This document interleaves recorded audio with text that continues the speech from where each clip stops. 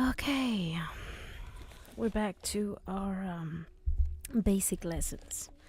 Today we're gonna see the sounds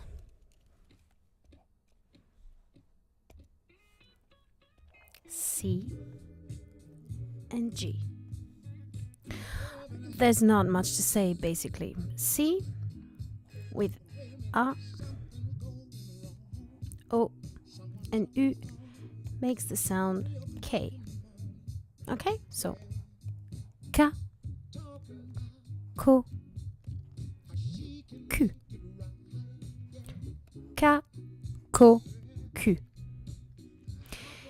If you see this, that's the only time it makes the sound S. And that's sa, so, su.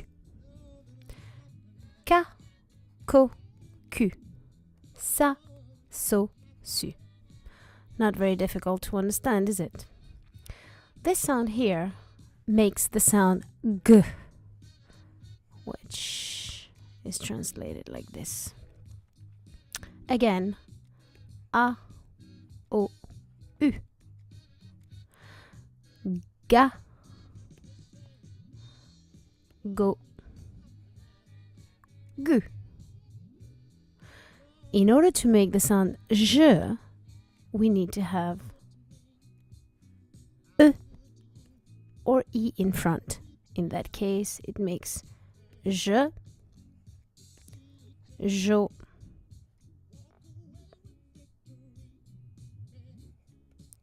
jo. And here, it's the same. Se, si. So what we're learning here is that it makes the sound S with E and E. It makes the sound J, J. Sorry, I have to fix this again. With the sounds E and E. It's pretty simple if you think about it. Okay?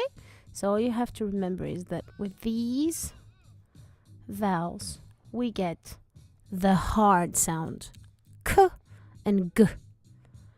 And for S or J, we use this vowels or this. For C or E and E and E for G. Okay, next.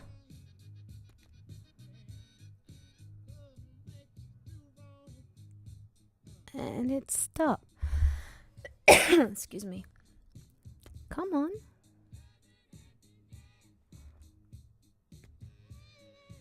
Oh, the program is